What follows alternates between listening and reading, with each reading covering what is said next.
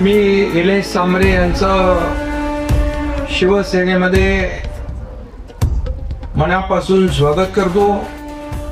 त्याने आज जाहीर प्रवेश केला. खरं म्हणजे निलेश सांबरे हे जिजाऊ संघटनेचे संस्थापक अध्यक्ष.